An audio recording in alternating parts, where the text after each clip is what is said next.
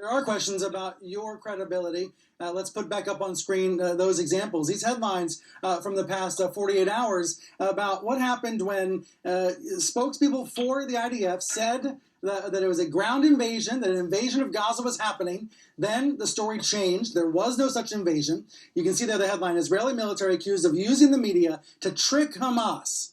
What happened, Lieutenant Colonel? You used the term which I'm about to use. You said it, fog of war. It's human to make mistakes. We make mistakes, and as soon as we understood that a mistake was made, I corrected it, and we're moving on. You're moving on, but I think many journalists are very suspicious of what happened. They feel like they were tricked. They feel like they were used. How are you going to rebuild trust? Well, we've been through this at length with lots of people. We've explained ourselves. I've explained myself. My seniors have done it. We've even issued an official letter to the head of the Foreign Press Association explaining what happened.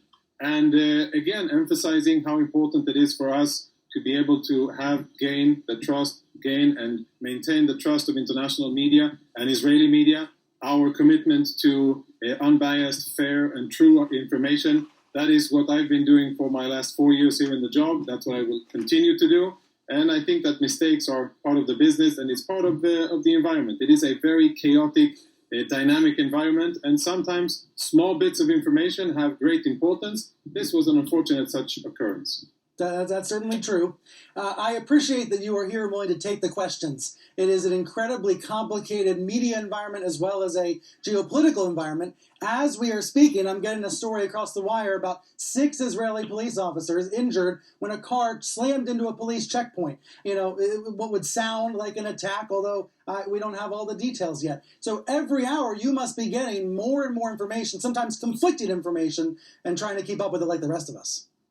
Yeah, not only that. I mean, we have rocket attacks from Lebanon, from Syria the last few days. We've had lots of unrest and rioting in Judea and Samaria. This event now in Jerusalem, which is, of course, potentially very escalating.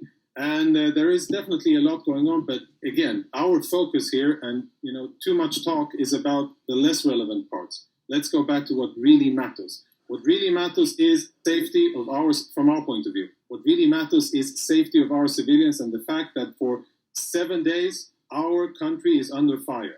And so many people around the world find it acceptable, and they expect us to find it acceptable that our civilians are bombarded by a terrorist organization that is recognized as such in most of the Western countries around the world. They're an extremist jihadi organization that are trying to murder our civilians. So many times that's overlooked, and we deal with all kinds of other interesting topics, but let's not forget how they started. It started with them firing rockets at our capital and then continuing to fire at almost all of Israel with a range of about 5 to 6 million Israeli people within rocket range. Had it not been for the Iron Dome, many more of those 2,900 rockets would have landed in Israel and caused many more casualties. So I understand the interest, and I'm sure that the coming guest will speak about it a lot. But from our perspective, there's interesting stuff, and then there's the really essential stuff. The essential stuff is Israeli civilian lives. They are at risk. Our job is to protect them. That's what we're doing in Gaza. Those are the terrorists that we are attacking, and that's their infrastructure that we're attacking. And as the Prime Minister said, and my Chief of Staff said just a few minutes ago, this isn't over. And we are continuing our operations until Hamas gets the message. Lieutenant Colonel, thank you very much for coming on the program and discussing what happened and what continues to happen there. Thank you. Thank you very much. As we press for proof of the allegations that Hamas was inside that same building as the AP and Al Jazeera bureaus, let me bring in the AP's top editor, Sally Busby. Sally, we had booked you because you're about to take over the Washington Post. But you're in charge of the AP newsroom for a couple of more weeks. You must have had quite the experience yesterday finding out that your staff had to evacuate that building. How are your AP colleagues in Gaza doing today? Are they all right? They are doing fine. They are extraordinarily resilient and committed journalists who are focused on telling the story fairly from both sides. And they're doing fine. They're rattled, but they are working today. And we are enormously grateful they are safe.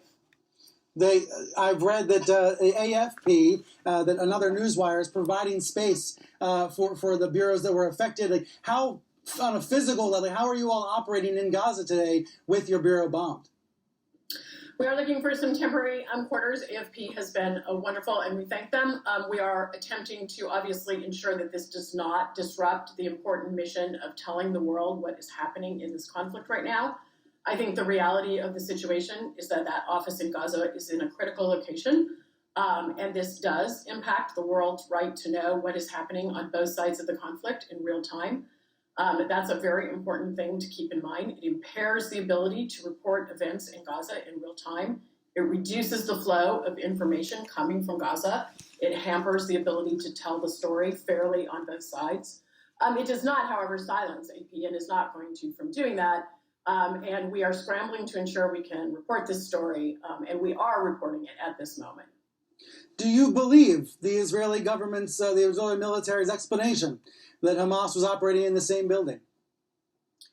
Look, we're not taking sides in the actual conflict. The Associated Press does not take sides in conflicts. But we are in favor, and what we do believe in is protecting the world's right to know what is going on in this conflict or in any conflict. This is an important story, and because of...